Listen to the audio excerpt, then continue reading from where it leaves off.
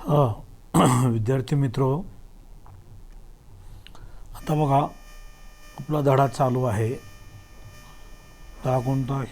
Human health and disease. बरोबर आहे. Human health and disease म्हणजे मानवी आरोग्य आणि रोग अशा प्रकारचा आहे. याच्यामध्ये आपण इम्युनिटी आपण बघितलं, innate immunity, acquired immunity. Innate immunity आपण या ठिकाणी बघितलेलं आहे. जन्मताच आपल्या शरीरामध्ये तयार होणारी प्रतिकारशक्ती, त्याला इन्नेट इम्युनिटी आपण असं म्हणतो. बघा इथं या ठिकाणी आहे इन्नेट इम्युनिटी म्हणजे इनबॉर्न इम्युनिटी. इनबॉर्न या शब्दाचा अर्थ असा की जन्मताच आपल्या शरीरामध्ये तयार होणारी प्रतिकारशक्ती, त्याला आपण इनबॉर्न असं आपण म्हणतो. त्यालाच इन्नेट इम्युनिटी, कारण यामध्ये आपण सुद्धा बघितलेलं आहे. आता त्याच्यानंतर आता आपण या ठिकाणी बघणार आहोत. या ठिकाणी बघा त्याच्यामध्ये नंतर आता कोणतं बघणार आहोत या ठिकाणी? Acquired immunity. आता ॲक्वायर्ड इम्युनिटी म्हणजे या शब्दाचा अर्थ असा की ते ॲक्वायर्ड म्हणजे बाहेरून दिली जाणारी लस जे आपण म्हणतो. एखादा आता कोरोना व्हायरसच्या संदर्भामध्ये आपल्याला लस घ्यायची आहे, बरोबर आहे, कारण हे आपल्या शरीरामध्ये तयार होत नाही, बाहेरून आपल्याला घ्यावं लागेल. ॲक्वायर्ड म्हणजे बाहेरून प्राप्त करून घ्यावं लागेल असा त्याचा अर्थ आहे. आणि जन्मताच असणारे म्हणजे जन्मताच आपल्या शरीरामध्ये WBC सेल्स असतात, सैनिकी पेशी, त्याच्यातून निर्माण होणारी प्रतिकारशक्ती असा त्याचा अर्थ आहे, बरोबर आहे. आता ह्याच्यामध्ये या ठिकाणी आपण बघणार आहोत. या ठिकाणी बघा ॲक्वायर्ड इम्युनिटीच्या शब्दामध्ये या ठिकाणी याचा अर्थ कसा, या ठिकाणी आपल्याला कोणता संदर्भ घ्यायचा आहे हे आपण या ठिकाणी थोडं पाहूया आपण. आता बघा या ठिकाणी तुम्हाला अर्थ सांगतो. ॲक्वायर्ड इम्युनिटीमध्ये the resistance that an individual acquire during life is known as acquired immunity. बघा हे आपल्याला कशाला म्हणायचं? ॲक्वायर्ड इम्युनिटी म्हणजे आपल्या शरीरामध्ये रेजिस्टन्स पॉवर तयार होतं, इंडिव्हिज्युअल कोणते असेल तर त्याच्यामध्ये, कधी? जीवन जगत असताना, बरोबर आहे, आपल्याला बाहेरून मिळणारी इम्युनिटी.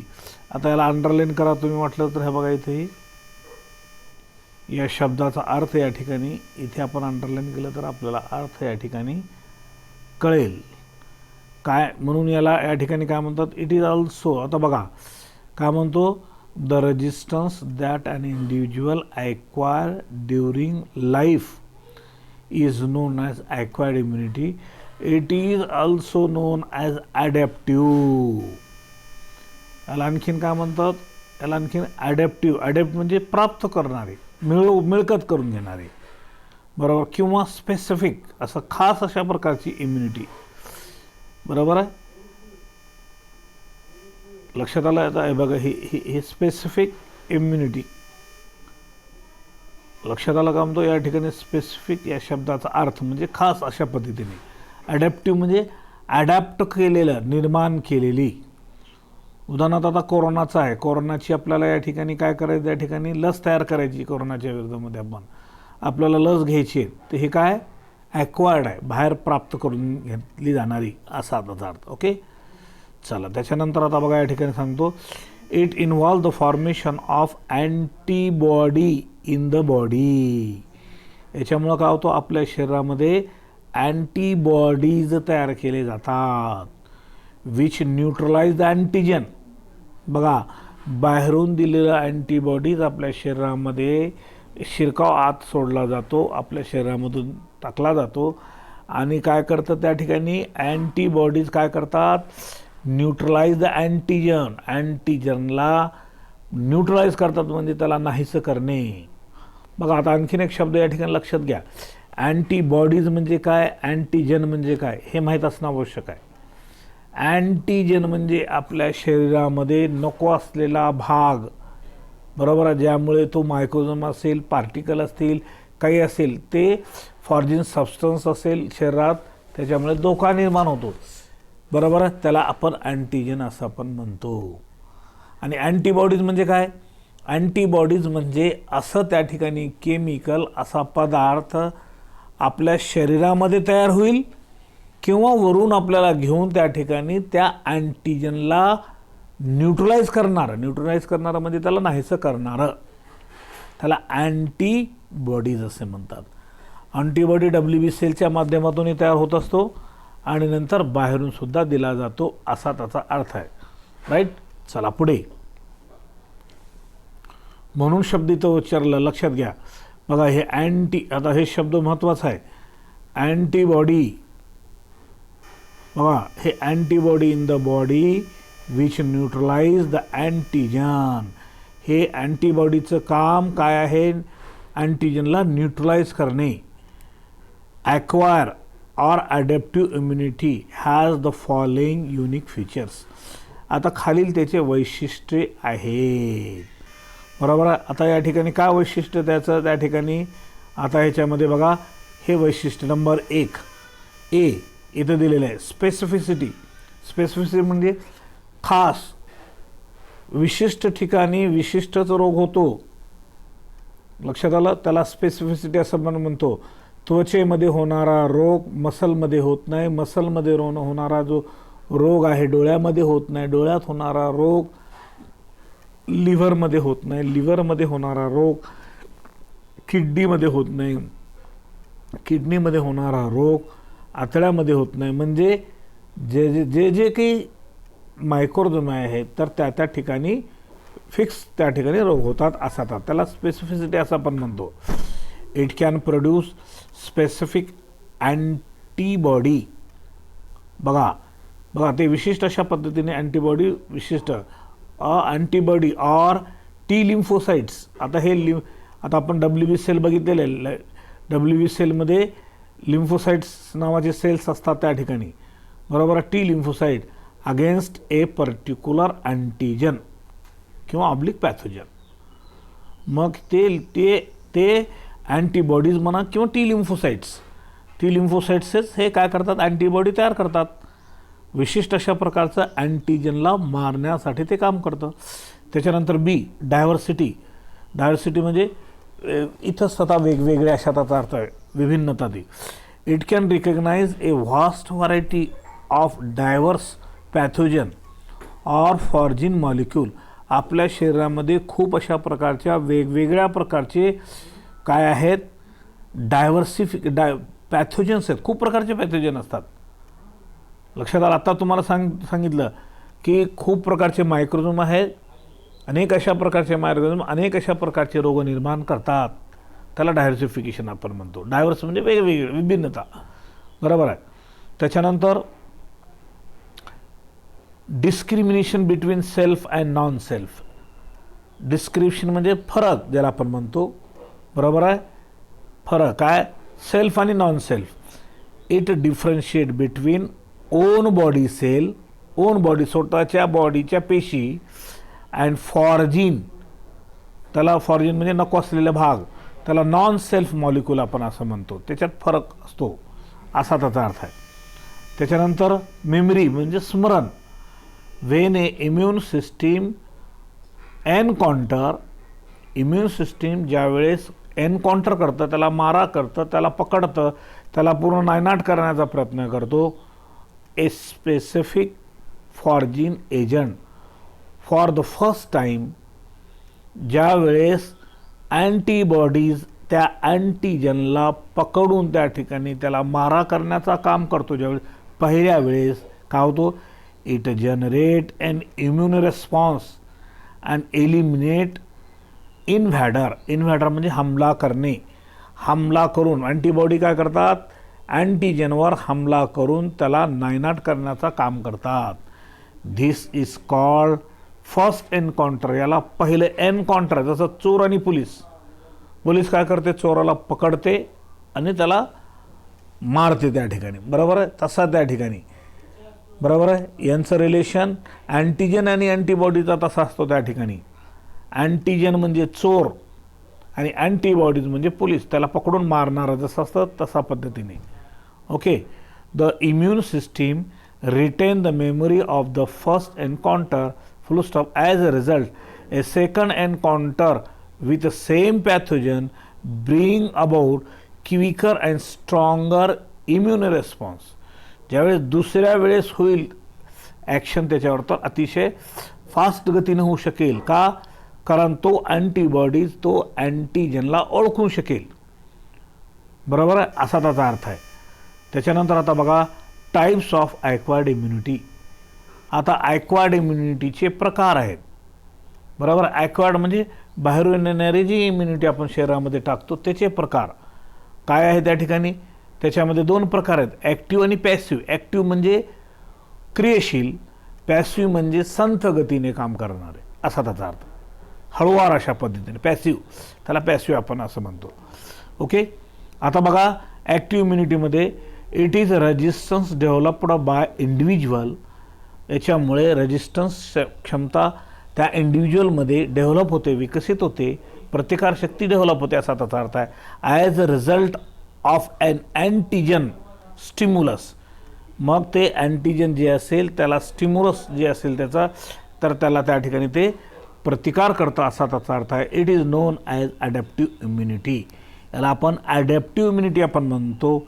बरोबर आहे. Active immunity may B natural or artificial. आता ॲक्टिव्ह इम्युनिटी ह्याचे सुद्धा 2 प्रकार आहेत, नैसर्गिक किंवा कृत्रिम. बरोबर आहे. नंबर 1 त्याच्यामध्ये आता बघा या ठिकाणी natural acquired active immunity.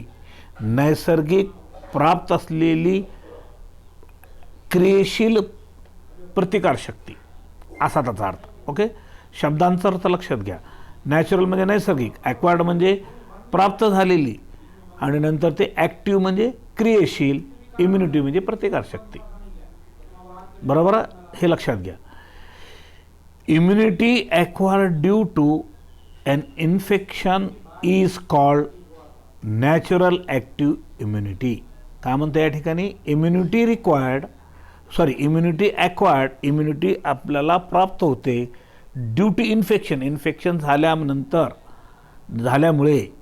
is called as natural active immunity. बरोबर आहे. It is developed after entry of pathogen in the body. कधी डेव्हलप होतील त्या ठिकाणी, आपल्या शरीरामध्ये ते पॅथोजन एंट्री केल्यानंतर. पॅथोजन म्हणजे नको असलेले रोग निर्माण करणारे जंतू.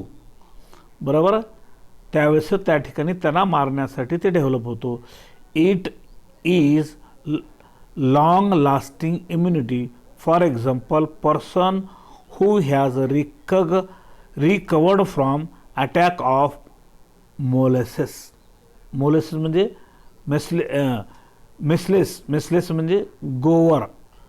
बघा, गोवर नावाचा हा रोग एकदा झाल्यानंतर पुन्हा डबल होत नाही. लक्षात आलं का म्हणतो. गोबरी, जिसको उर्दू में गोबरी कहेंगे, मराठीमध्ये गोवर आपण म्हणतो, हा रोग. बरोबर आहे. आणि आता हा रोग होणे म्हणूनच अगोदरच लस दिली जाते, कारण ह्या रोगातून कधी कधी माणूस किंवा लेकरं त्या ठिकाणी हा गोबरी नावाचा रोग ज्याला आपण म्हणतो, गोवर आपण म्हणतो, हा रोग झाल्यानंतर त्या लेकरांच्या जीवाला धोकासुद्धा होतो. मात्र एकदा जर होऊन गेलं की नंतर हा रोग पुन्हा होत नाही. का? शरीरामध्ये तशी इम्युनिटी पॉवर ॲटोमॅटिक डेव्हलप होते आणि त्या रोगाला होऊ देत नाही. कळला मुद्दा तुम्हाला. हे त्याचं उदाहरण या ठिकाणी आहे, असा त्याचा अर्थ आहे. ओके. म्हणून इथं काय सांगितलं, for example, person who has recovered from attack of measles developed natural acquired active immunity to measles for the lifetime. Lifetime म्हणजे कायमस्वरूपी. एकदा होऊन जर गेलं तर नंतर कायमस्वरूपी हा रोग होतच नाही. मात्र हा रोग होणे म्हणून सुद्धा अगोदर बाळाला त्याची लस दिली जाते. लक्षात बघा हे कशी टेक्निक आहे ती. त्याच्यानंतर आता बघा दुसरं आहे आर्टिफिशियल ॲक्वायर्ड ॲक्टिव्ह इम्युनिटी. आता कृत्रिम ॲक्वायर्ड म्हणजे कृत्रिम प्राप्त करून, ॲक्टिव्ह इम्युनिटी, ॲक्टिव्ह म्हणजे क्रियाशील, त्या ठिकाणी इम्युनिटी असा त्याचा अर्थ. ओके, अगोदरची नैसर्गिक होती, नैसर्गिक, आणि नंतर ही कशी आली, आर्टिफिशियल आली. बरोबर आहे, कारण एकदा गोवर रोग जर झाला की नंतर नैसर्गिक पद्धतीने त्याच्या शरीरामध्ये तशा प्रकारची इम्युनिटी विकसित होते, नंतर ते रोग होऊ देत नाही. आता हे आर्टिफिशियल ॲक्वायर्ड ॲक्टिव्ह इम्युनिटीमध्ये it is the resistance induced by vaccine. बघा ही कसं दिली जाते, इट इज द रेजिस्टन्स, हे आपल्या शरीरामध्ये रेजिस्टन्स प्रतिकारशक्ती निर्माण केली जाते, इंड्युस्ड बाय व्हॅक्सिन, लस देऊन. Vaccine is introduced into the body to stimulate the formation of antibody by the immune system. बरोबर आहे. आता त्याच्यामध्ये एक एक्झाम्पल आहे पोलिओ व्हॅक्सिन. बरोबर आहे. आज लहान लेकरांना आपल्याला माहीत असेल का होतं माहिती आहे का, आज पोलिओची लस दिली जाते का, की नंतर तो पोलिओ नावाचा रोग होऊच नाही. BCG, बरोबर, ही सुद्धा वॅक्सिन दिली जाते. बरोबर आहे, कारण BCGचं टीका जे आपण म्हणतो लावतो लेकरांना, ती एकदा लावले की नंतर होतच नाही. Such immunity may be temporary or permanent. अशा प्रकारची इम्युनिटी तात्पुरती स्वरूपामध्ये विकसित होते किंवा कायमस्वरूपी होते. दोन्ही अशा पद्धतीचं लक्षात आलं, राईट. चला त्याच्यानंतर आता बघा या ठिकाणी पुढे असं या ठिकाणी दिलेलं आता इथे आहे. आता बी, पॅसिव्ह इम्युनिटी. आता आपण अगोदर कोणतं बघितलं, या ठिकाणी ॲक्टिव्ह बघितलं. आता पॅसिव्ह म्हणजे काय, पॅसिव्ह या शब्दाचा अर्थ संथ गतीने होणारी, बरोबर, हळूवार अशा पद्धतीने. बरोबर. Passive immunity is acquired when readymade antibodies, readymade already तयार केलेलं असलेलं. Passive immunity is acquired when readymade antibody are received by the body cell. Body सेलला त्या ठिकाणी रेडीमेड दिले जातात. बरोबर आहे. फॉर दॅट इज म्हणजेच body cell do not take any active part in the production of immunity. आपली body हे अँटीबॉडी तयार करण्यासाठी कोणतीही भूमिका निभवत नाही. बरोबर, म्हणून ते बाहेरून दिलं जातं असा त्याचा अर्थ आहे. Right. Passive immunity can be acquired either naturally or artificially. हे पॅसिव्ह इम्युनिटी हे नैसर्गिकदृष्ट्याही आहे आणि कृत्रिमदृष्ट्याही होते असा त्याचा अर्थ आहे. त्याच्यामध्ये नंबर 1 काय आहे, नंबर 1 बघा, नॅचरल ॲक्वायर्ड पॅसिव्ह इम्युनिटी. बरोबर आहे. नैसर्गिक पद्धतीने काय म्हणतो, ॲक्वायर्ड पॅसिव्ह. अगोदर ॲक्टिव्ह बघत होतो, आता काय नॅचरल ॲक्वायर्ड, नैसर्गिक पद्धतीने प्राप्त असलेली पॅसिव्ह इम्युनिटी. ओके. आता याच्यामध्ये बघा, बिफोर बर्थ जन्मण्याच्या अगोदरच मॅटर्नल अँटीबॉडीज, मातेकडून आलेले antibody are transferred from mother to fetus, मातेकडून तर त्या लेकरामध्ये, थ्रू द प्लासेंटा. बरोबर आहे. प्लासेंटेच्या माध्यमातून, म्हणजे कशा माध्यमातून आलं, ते रक्ताच्या माध्यमातून. प्लासेंटाची मातेची जी नाळ जी आपण म्हणतो ना, ते लेकराला अटॅच असते असा त्याचा अर्थ. आफ्टर बर्थ, जन्मल्यानंतर काय होतं, antibody are transfer from mother to infant. मग मुलगा तो किंवा लेकरू जन्मल्यानंतर ते अँटीबॉडीज ट्रान्सफर होतात मातेकडून तर त्या लेकराला थ्रू द कोलोस्ट्रम. आता कोलोस्ट्रम हे काय महत्त्वाचं आहे बघा. थ्रू द कोलोस्ट्रम, कोलोस्ट्रम म्हणजे काय, फर्स्ट मिल्क ऑफ मदर, मातेचं सुरुवातीचं दूध. हे अतिशय महत्त्वाचं आहे, अतिशय महत्त्वाचं असतं, कारण तो मातानी ते दूध पिवळसर अशा पद्धतीचं असतं, ते लेकराला पाजवणं अत्यंत आवश्यक आहे. त्याच्यामुळं त्याच्या शरीरामध्ये काय होते, प्रतिकारशक्ती निर्माण होते. बरोबर आहे. बाहेरून येणारं जे कोणतं इन्फेक्शन असेल तर त्याच्यापासून लढण्याची ताकद तयार होते. बरोबर आहे, लक्षात घ्या. कोलोस्ट्रमचा अर्थ लक्षात घ्या. कोलोस्ट्रम म्हणजे या ठिकाणी शब्दाचा अर्थ आहे मातेचं सुरुवातीचं पहिलं दूध, इधर the first milk of mother. हे लक्षात ठेवायचं ते कोलेस्ट्रॉमचा अर्थ. बरोबर आहे. लेकरू जन्मल्याबरोबर मातेने ते दूध पाजवायलाच पाहिजे. कधी कधी माता काय करते माहिती आहे का, ते नको आहे, बरोबर नाही लेकराला, ते पिवळं असतंय, ते दूध नाही, हे नाही म्हणून टाकून देतात. हे चूक आहे. मातेनी लक्षात घ्या, मातेनी ते दूध लेकराला पाजवलं तरच त्याच्या शरीरामध्ये एक तुफान अशा प्रकारची प्रतिकारशक्ती निर्माण होते आणि मग नंतर वातावरणातून जे काही मायक्रोऑर्गॅनिझम शरीरामध्ये येतील तर त्याला लढण्याची ताकद त्याच्यामुळे होते, असा त्याचा अर्थ आहे. ओके, चला पुढे. The antibodies received by baby from mother remain in the body for a short time. बघा, शॉर्ट टाईम म्हणजे ती माता जी दूध पाजवते ती थोडक्याच टायमिंगसाठी आहे, मात्र कायमस्वरूपी उपयोगी होते त्याला ते दूध. देअरफॉर म्हणून natural acquired passive immunity is short lived. म्हणून ही काय आहे, नॅचरल नैसर्गिक ॲक्वायर्ड मिळालेली जी काही आहे बाहेरून passive immunity is short lived, कमी वेळेसाठीच असते, असा त्याचा अर्थ आहे. नंतर त्याच्यानंतर नंबर दुसरा आहे आर्टिफिशियल ॲक्वायर्ड पॅसिव्ह इम्युनिटी. आता आर्टिफिशियल, अगोदरचं नॅचरल होतं, आता आर्टिफिशियल ॲक्वायर्ड पॅसिव्ह इम्युनिटी. बरोबर आहे. आता कृत्रिमरित्या प्राप्त होणारी पॅसिव्ह इम्युनिटी. बरोबर, passive. This immunity is developed by injecting previous prepared antibodies using serum from human or animal. बघा, मानवाकडून किंवा प्राण्याकडून त्याच्या रक्तामध्ये असणारं सेरम दिलं जातं. लक्षात आलं का म्हणतो. For example, antibody obtained from hyper immunized horse are injected to human against the rabies pathogen.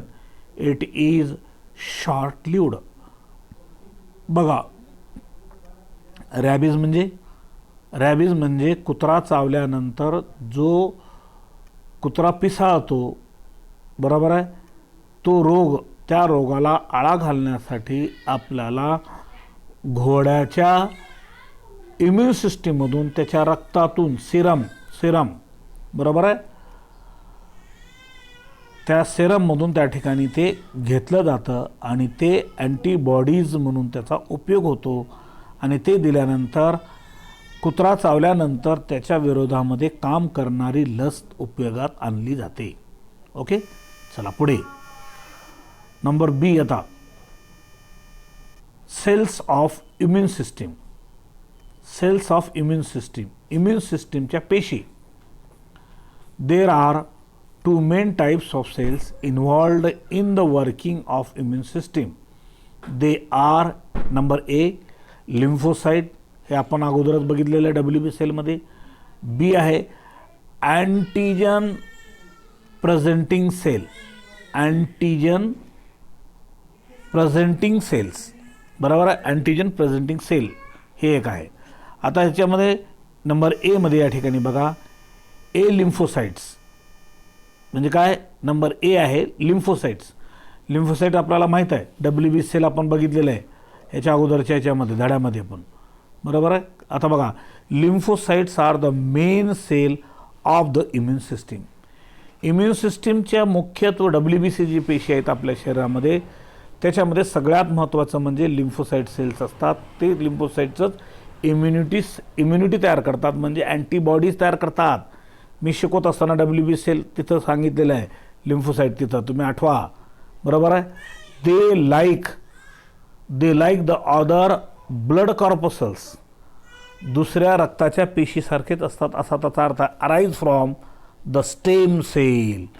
Stem cell म्हणजे मूळ पेशी ज्याला आपण म्हणतो, बरोबर. हे स्टेम सेल खूप महत्त्वाचे असतात. या स्टेम हे पेशीचं उगम स्थान असलेलं आहे आणि ह्या स्टेम सेलचा वापर करून अनेक रोगावर नियंत्रण केलं जातं असा त्याचा अर्थ आहे. Okay. The hematoblast present in liver of the fetus and in the bone marrow in adult. Bone marrow म्हणजे हाडातली चरबी ज्याला आपण म्हणतो त्याच्यामध्ये हे सगळे तयार होत असतात असा त्याचा अर्थ आहे. Some of them undergo differentiation in the gut associated bursal lymphoid tissue, कंसामध्ये त्याला आपण म्हणतो tonsils, Peyer's patches and are called bursal or B lymphocytes. बरोबर आहे. त्याच्यानंतर other are differentiated in the thymus gland and are termed as T lymphocytes. आता T lymphocytes वगैरे हे सगळे ह्याच्या अगोदर WBC सेल शिकवत असताना तिथं सांगितलेलं आहे. The mature lymphocytes pass in to body fluid. Mature lymphocyte हे पास होतात कशामध्ये? बॉडीच्या फ्लूइडमध्ये. मग बॉडीचं फ्लूइड कोणतं आहे? ब्लड आणि लिम्फ. रक्त आणि लिम्फ हे आपल्याला माहीत आहे. लिम्फसुद्धा माहीत आहे. लिम्फ म्हणजे कलरलेस, म्हणजे लिम्फ म्हणजे क्लिअर वॉटर असा त्याचा अर्थ आहे. मग मात्र त्याच्यामध्ये प्रोटीन वगैरे असतात असा त्याचा अर्थ. And circulate in the body. आणि ते बॉडीमध्ये काय केलं जातं? सर्क्युलेशन केलं जातं असा त्याचा अर्थ. ओके. आता त्याच्यानंतर आता बघा या ठिकाणी पुढे या ठिकाणी आहे पुढचा भाग.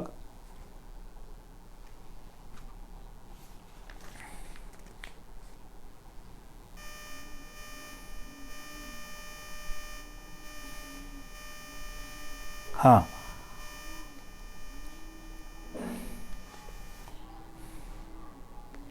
आता बघा या ठिकाणी many of them stay in the lymph node. Many of them त्याच्यापैकी खूप अशा प्रकारचे राहतात कशामध्ये? लिम्फच्या नोडमध्ये. The B lymphocytes and T lymphocytes form humoral, कंसात त्याला किंवा आरमध्ये antibody mediated immune system, त्याला शॉर्टमध्ये AMIS असे म्हणतात. म्हणजे antibody mediated immune system and cell mediate immune system, त्याला शॉर्टमध्ये असं म्हणतात CMIS रिस्पेक्टिव्हली. म्हणजे लॉंग फॉर्मचं शॉर्ट फॉर्म असं त्यानं सांगितलेलं आहे. Both the immune system need antigen to come into action, but they respond in different way. आता ह्याचं रेस्पॉन्स वेगवेगळ्या वेज म्हणजे मार्ग, वेगवेगळ्या मार्गाने. Mechanism of response of T lymphocyte to antigen. आता मेकॅनिझम म्हणजे काय? वर्किंग, त्याचं कार्य. टी लिम्फोसाइटचं कसं कार्य चालतं? अँटीजनशी संबंधित. अँटीजनला जसं चोर पोलीस आपण म्हणतो ना, टी लिम्फोसाइट म्हणजे पोलीस असा त्याचा अर्थ. बरोबर आहे. आणि अँटीजन म्हणजे चोर पोलीस. कसं रिॲक्शन होतं? मेकॅनिझम कसं चालतं? चोराला चोर चोरी करत असतो, पोलीस पकडून त्याच्यावर गुन्हा दाखल होतो, त्याला जेलमध्ये बंद केलं जातं, मार दिला जातो, आणखीन शिक्षा दिली जाते, ती गोष्ट वेगळी. बरोबर. अशा प्रकारचं यांचं नातं आहे. आणि टी लिम्फोसाइट्स हे काय आहे? अँटीबॉडी तयार करतात आणि अँटीबॉडीज हे अँटीजनला मारतात. हे आपल्याला माहीतच आहे. तोच प्रकार त्या ठिकाणी. चला आता बघा या ठिकाणी. On coming in contact with an antigen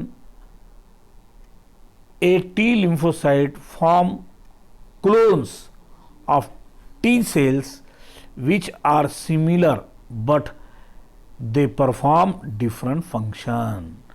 बरोबर आहे. दिसायला सारखे दिसतात, मात्र फंक्शन त्याचे गरजेनुसार वेगवेगळे असतात असा त्याचा अर्थ आहे. The clone has 4 type of T lymphocytes. Clone म्हणजे त्यांचा समूह, 4 टाईप्स टी लिम्फोसाइटचे. त्याच्यामध्ये नंबर एक आहे हेल्पर टी सेल्स. बघा याच्यामध्ये काय म्हणते या ठिकाणी, number 1 sensitized helper T cell produce lymphokinetic for performing several types of function like proliferation of other T cells, stimulate of B lymphocyte, macrophages etc. आता बी लिम्फोसाइट, टी लिम्फोसाइट आणि मॅक्रोफॅगस. Macro म्हणजे मोठे, आणि त्या बॅक्टेरियाला, अँटीजनला, आणखीन जे काही नको असलेलं जे काही विष आहे किंवा नको असलेले पदार्थ त्याला पूर्ण म्हणजे गिळंकृत करून टाकणे. मॅक्रोफॅगस मोठे असलेले. Number 2 killer cells, killer T cells are cytotoxic T cells. आता हे काय, they directly attack and destroy invading microbes. बघा हे लक्षात घ्या, हे काय करतात माहिती आहे का, हे मायक्रोबला डायरेक्ट पकडून त्याच्यावर हमला करून त्याला नायनाट करतात. डिस्ट्रॉय म्हणजे नाहीशा करणे, अटॅक करून. बघा दे डायरेक्टली अटॅक और डिस्ट्रॉय, डायरेक्टली अटॅक करून, बरोबर आहे, त्या मायक्रोजमला हमला करून त्याला नायनाट करतात. Infected body cell and cancer cells. Infected शरीरामध्ये जी काही बॉडीचे सेल इन्फेक्टेड झालेले असतील ते, किंवा कॅन्सरच्या पेशी, full stop. Killer T cell bind to infect the cell and secrete perforin. बघा काय केलं जातं, किलर टी सेल हे बाइंड करतात. बाइंड म्हणजे त्याला पकडणे, इन्फेक्टेड पेशीला पकडून त्या ठिकाणी, अँड सिक्रेट करतात. सिक्रेट म्हणजे तयार करणे. काय, परफोरिन. परफोरिन नावाचा रासायनिक पदार्थ काय केलं जातं, सिक्रेट केला जातो. Then perforin form a hole in infected cell. It also releases substances that kill the cell. ते सबस्टन्स रिलीज केला जातो आणि त्याच्यामुळे ते किल द सेल, त्या पेशींना मारले जातात. Hence the name cytotoxic T cell. म्हणून याला नाव कोणतं आहे, सायटोटॉक्सिक टी सेल.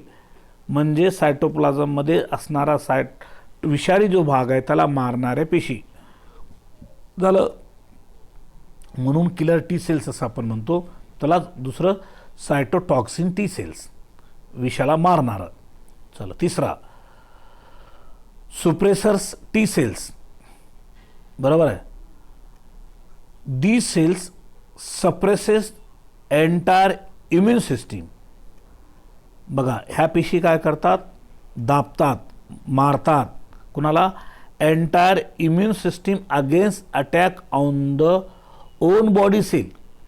आपल्या शरीरामध्ये असणारे जे काही बॉडीच्या पेशी असतील तर त्यांना कोणी हमला करत असेल, त्यांना कोणी नायनाट करत असेल तर त्याला संपवण्याचं काम करतं, असा त्याचा अर्थ आहे. चौथा आहे मेमोरी टी सेल्स. मेमोरी म्हणजे स्मरणाच्या पेशी, T cells. These are previously sensitized cells. हे अगोदरच सेन्सिटाइज्ड सेल्स असतात. Which retain the sensitization memory for long time in the future.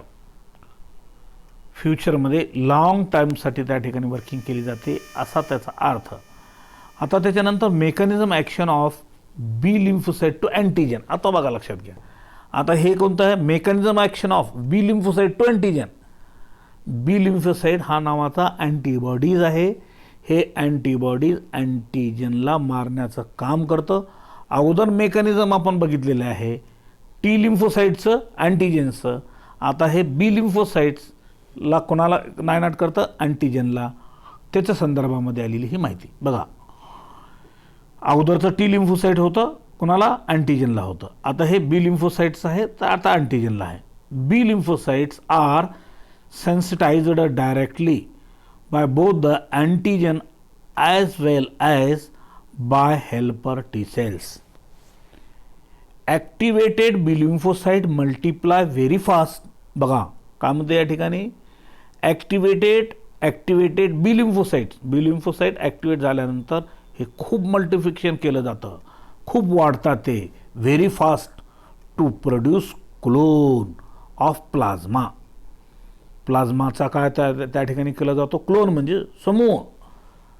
And memory B cells, बघा मेमरीचे बी सेल्समध्ये full stop the plasma cell produce specialized glycoprotein. ह्या plasma पेशी काय तयार करतात? स्पेशलाइज्ड ग्लायकोप्रोटीन तयार करतात, कॉल्ड अँटीबॉडीज. यालाच अँटीबॉडीज असे म्हणतात. महत्त्वाचं लक्षात घ्या, अंडरलाईन करायला वाटलंच तर. बरोबर आहे. Which are circulated through the body fluid. पूर्ण बॉडीच्या फ्लुइडमध्ये ते वाहत असतं, लाईक ब्लड अँड लिम्फ. जसं संपूर्ण शरीरामध्ये रक्त वाहत असतं आणि लिम्फ वाहत असतं, तशाच पद्धतीने वाहतो असा त्याचा अर्थ आहे. म्हणून the antibody molecule may bind to cell membrane. म्हणून हे अँटीबॉडीचा जो काही मॉलिक्यूल आहे तर बाइंड करतो कोणाला? टू सेल मेम्ब्रेनला. Or they remain free. नंतर ते मोकळं राहतं असा त्याचा अर्थ. लक्षात आलं? त्याच्यानंतर आता बघा या ठिकाणी पुढे या ठिकाणी दिलेलं आहे. काय म्हणतो त्या ठिकाणी? इथं आलं the free antibodies. The free antibodies. आता ते फ्री असलेले अँटीबॉडीज लक्षात घ्या, पुन्हा लक्षात घ्या. अँटीबॉडीज म्हणजे शब्द अर्थ लक्षात घ्या. अँटीबॉडीज कशाला म्हणतात? अँटीजन कशाला म्हणतात? आता अँटीबॉडीज म्हणजे आता अँटीबॉडीजचं तुम्हाला अँटीबॉडीज आणि अँटीजनचं उदाहरण सांगितलेलं आहे मी. चोर पोलीसचं उदाहरण दिलेलं आहे. अँटीजन जसं अँटीजन कशाला म्हणतात? शरीरामध्ये घातक निर्माण करणारा अँटीजन म्हणजे चोर असल्यासारखं चोर. आणि पोलीस चोराला पकडून मारण्याचं काम करतं, हे अँटीबॉडीज. आणि जसं चोर अशा अनेक प्रकारचे असतात, तसे अनेक प्रकारचे अँटीजन असतात. आणि अनेक प्रकारच्या चोरांना पकडण्यासाठी अनेक प्रकारचे पोलीस जसे असतात, तर अशा प्रकारचे अनेक प्रकारचे अशा अँटीबॉडीज असतात. जसे अनेक चोरांना पकडण्यासाठी अनेक पोलीस असतात, तशा अनेक अशा प्रकारच्या अँटीजनला संपवण्यासाठी शरीरातल्या अनेक अशा प्रकारचे अँटीबॉडीज असतात असा त्याचा लक्षात घ्या. म्हणून the free antibodies have 3 main function. बघा मोकळ्या स्वरूपामध्ये जे अँटीबॉडीज आहेत तर त्यांचे 3 मुख्य कार्य आहेत. नंबर 1 अग्लुटिनेशन बरोबर of A particular matter including bacteria and viruses. जीवाणू आणि विषाणू विशिष्ट अशा प्रकारचे असतील तर त्याला ते संपवण्याचं काम करतात, त्याला गोठवतात. अग्लुटिनेशन म्हणजे गोठणे, क्लॉटिंग, जसं आपण क्लॉट आपण म्हणतो ना त्याला, असं. The immobilized mass is then engulfed by phagocytes. बघा हे अशा प्रकार एंगल्फ म्हणजे गिळंकन करणे. गिळंकन करणे म्हणजे त्या ठिकाणी अँटीबॉडीज काय करतात? कोणाला? अँटीजनला गिळंकत करतात, खाऊन टाकतात असा तर एंगल्फ म्हणजे गिळून टाकणे, खाऊन त्याला नायनाट करून टाकणे. त्याच्यानंतर ऑपसोनायझेशन or coating of bacteria to facilitate their subsequent phagocytosis by macrophages.